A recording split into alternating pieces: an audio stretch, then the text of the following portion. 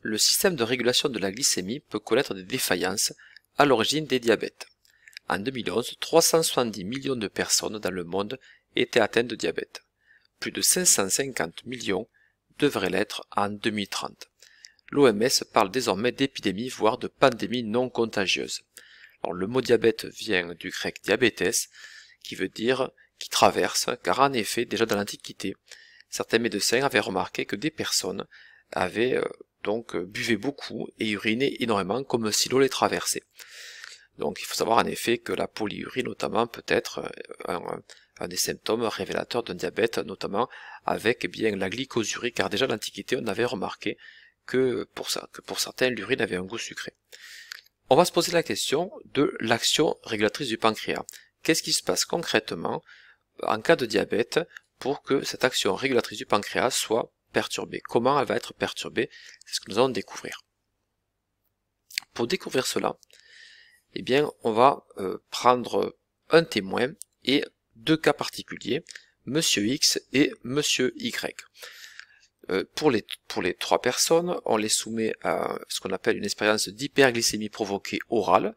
On leur fait absorber 75 g de glucose et on va observer les variations de la glycémie et de l'insulinémie en fonction du temps. La glycémie, vous le savez, c'est le taux de glucose dans le sang et l'insulinémie, c'est le taux d'insuline dans le sang. Si on prend le témoin, on constate que cette valeur de la glycémie, eh bien, juste après l'injection, qui se fait donc à T0, on voit que cette glycémie qui est marquée ici en rouge, elle augmente et qu'il y a un pic du taux d'insuline aussi qui va, on va dire, être postérieur à cette ingestion.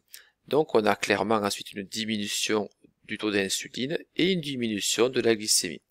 On a donc ici une régulation qui va se faire de cet excès de glucose dans le sang. Prenons le cas de Monsieur X maintenant. Pour le cas de Monsieur X, on peut observer que la glycémie augmente fortement, bien plus fortement d'ailleurs que dans le premier cas par rapport au témoin, puisqu'on passe de 1 à 3, plus de 3 grammes par litre, et par contre le taux d'insuline reste extrêmement bas, proche de 0. On a donc ici une insulinémie qui est extrêmement faible, vous le voyez, quasi non significative, que l'on peut observer ici. Elle est vraiment très insuffisante comme vous pouvez le constater. Maintenant, si l'on regarde le cas de Monsieur Y, eh bien là, on voit qu'il y a une forte augmentation de la glycémie ainsi qu'une forte augmentation de l'insulinémie. Par contre, comme vous pouvez le constater, cette glycémie cependant ne redescend pas, alors qu'il y a pourtant de l'insuline qui est fabriquée en quantité importante, puisque vous voyez, on est quasiment au même niveau que le témoin. Dans ces deux cas, vous le constatez, on a une glycémie qui est bien supérieure à la normale, qui est de 1 g par litre. Nous sommes ici, alors bien sûr ceci il faudra le vérifier avec d'autres examens, mais là vous avez pour Monsieur et Monsieur Y des troubles de la glycémie qui s'apparentent à deux formes de diabète que nous allons découvrir maintenant plus en détail. Alors justement pour les découvrir plus en détail, eh bien nous allons faire différents examens sur ces deux personnes. Intéressons-nous pour commencer à Monsieur X. Comment peut-on expliquer qu'il n'y ait pas de production d'insuline chez Monsieur X? Alors quand on dit insuline, on pense à îlot de Langerhans. On pourrait faire l'hypothèse après tout que Monsieur X a une déficience au niveau de ces îlots de Langerhans, peut-être même qu'il n'en a pas. Observons bien une coupe de pancréas, justement chez quelqu'un qui est malade et quelqu'un qui est non malade. Alors Monsieur X c'est celui qui est malade, vous l'avez compris. Si on compare bien ces deux coupes de pancréas, vues au microscope optique, ça c'est le témoin, on reconnaît ici les îlots de Langerhans, et ici vous avez les acinus qu'on peut trouver au niveau du pancréas. Donc là ceci, on voit qu'il n'y a rien de très particulièrement anormal à ce niveau-là.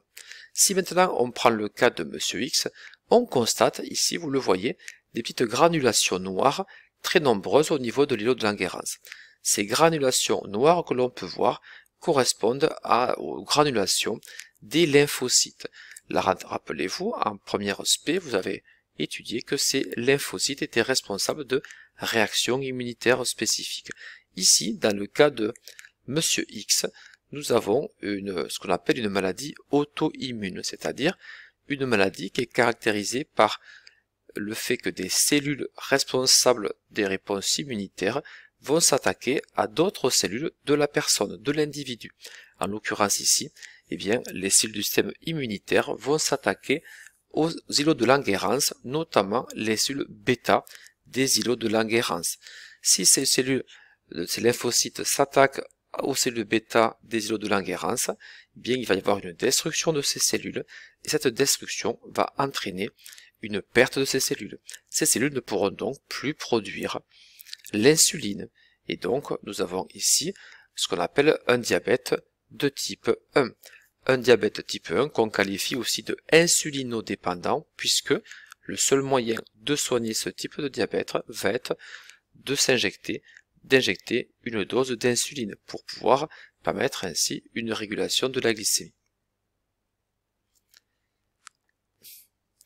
Alors par contre, pour ce même examen, sachez que chez Monsieur Y, il n'y a pas ce type de problème.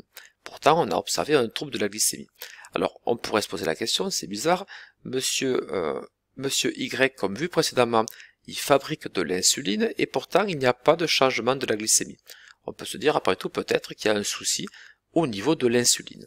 Si on regarde l'insuline de témoin, donc qui est appelé ici insuline humaine, le témoin ici, alors il faut savoir que l'insuline est composée de deux chaînes, c'est une protéine de chaîne, une chaîne A et une chaîne B. Si on compare la chaîne B d'un témoin avec la chaîne B de Monsieur Y, et pareil pour la chaîne A avec la chaîne A de Monsieur Y, eh bien on constate qu'il n'y a pas de différence au niveau de l'insuline. Donc ce que l'on peut conclure de ce premier examen à partir de GENIGEN, c'est que l'insuline de Monsieur Y est normale, il n'y a pas de mutation. Donc on va se poser une autre question, on peut faire en tout cas une autre hypothèse.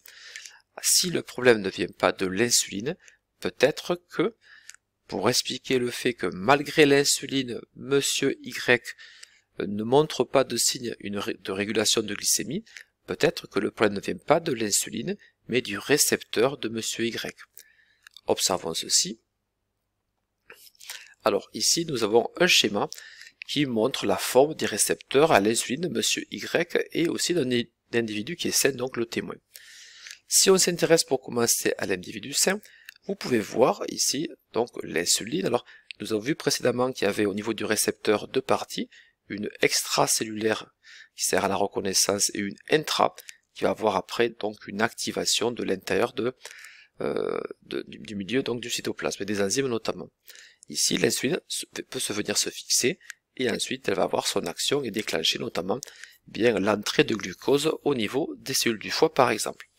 Si on regarde maintenant les récepteurs à insuline de Monsieur Y, eh bien on voit une différence. Vous voyez qu'au niveau de l'insuline, ici du site de réception de l'insuline, on a une différence.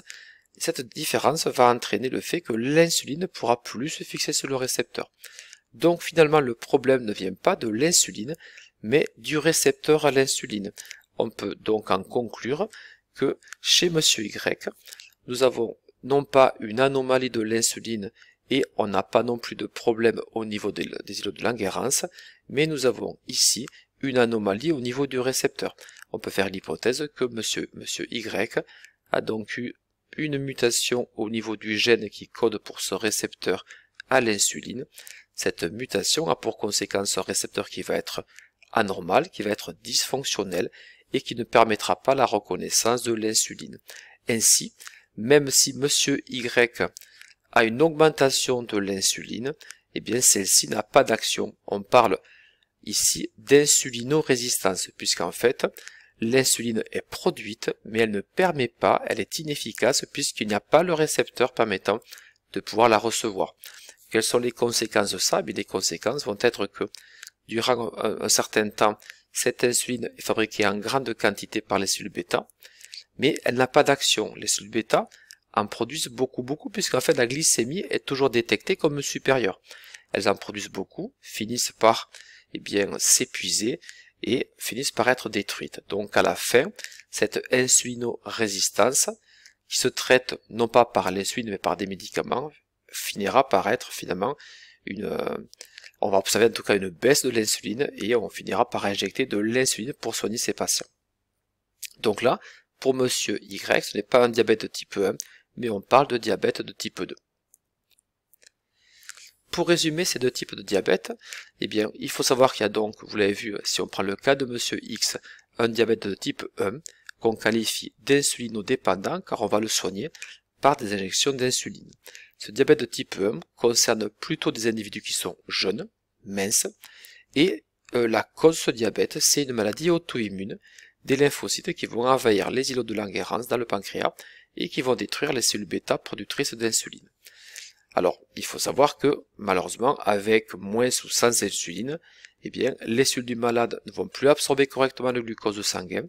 Ce glucose va rester sans traitement au niveau du sang, des vaisseaux, peut se déposer avec des conséquences néfastes puisqu'il peut entraîner, bien sûr, vous le savez, des maladies cardiovasculaires. Dans le cas de monsieur Y, on ne parle plus de diabète de type 1, mais d'un diabète de type 2, qu'on appelle aussi non insulinodépendant, car on ne pourra pas le soigner, en tout cas dans un premier temps, à partir de l'insuline. Ce diabète de type 2, c'est un diabète qui touche des personnes plus âgées, qui ont plus de 50 ans, qui sont le plus souvent en surpoids, et qui ont une vie très sédentaire. Là, dans ce cas-là, les cellules cibles de l'insuline deviennent peu à peu insulino-résistantes, puisqu'on a vu que le souci venait d'un dysfonctionnement au niveau des récepteurs. Les cellules bêta fabriquent pendant plusieurs années de plus en plus d'insuline pour compenser le fait que cette glycémie n'est plus régulée, puisqu'en fait, il y a une insulino-résistance des cellules cibles, ce qui fait qu'en fabriquant beaucoup, elles finissent par s'épuiser et vont diminuer peu à peu leur sécrétion. Vous pouvez maintenant, en flashant ce QR code, évaluer ce que vous avez compris à travers cette étude des diabètes, grâce à partir en tout cas d'un questionnaire qui est fait à partir de Google Forms.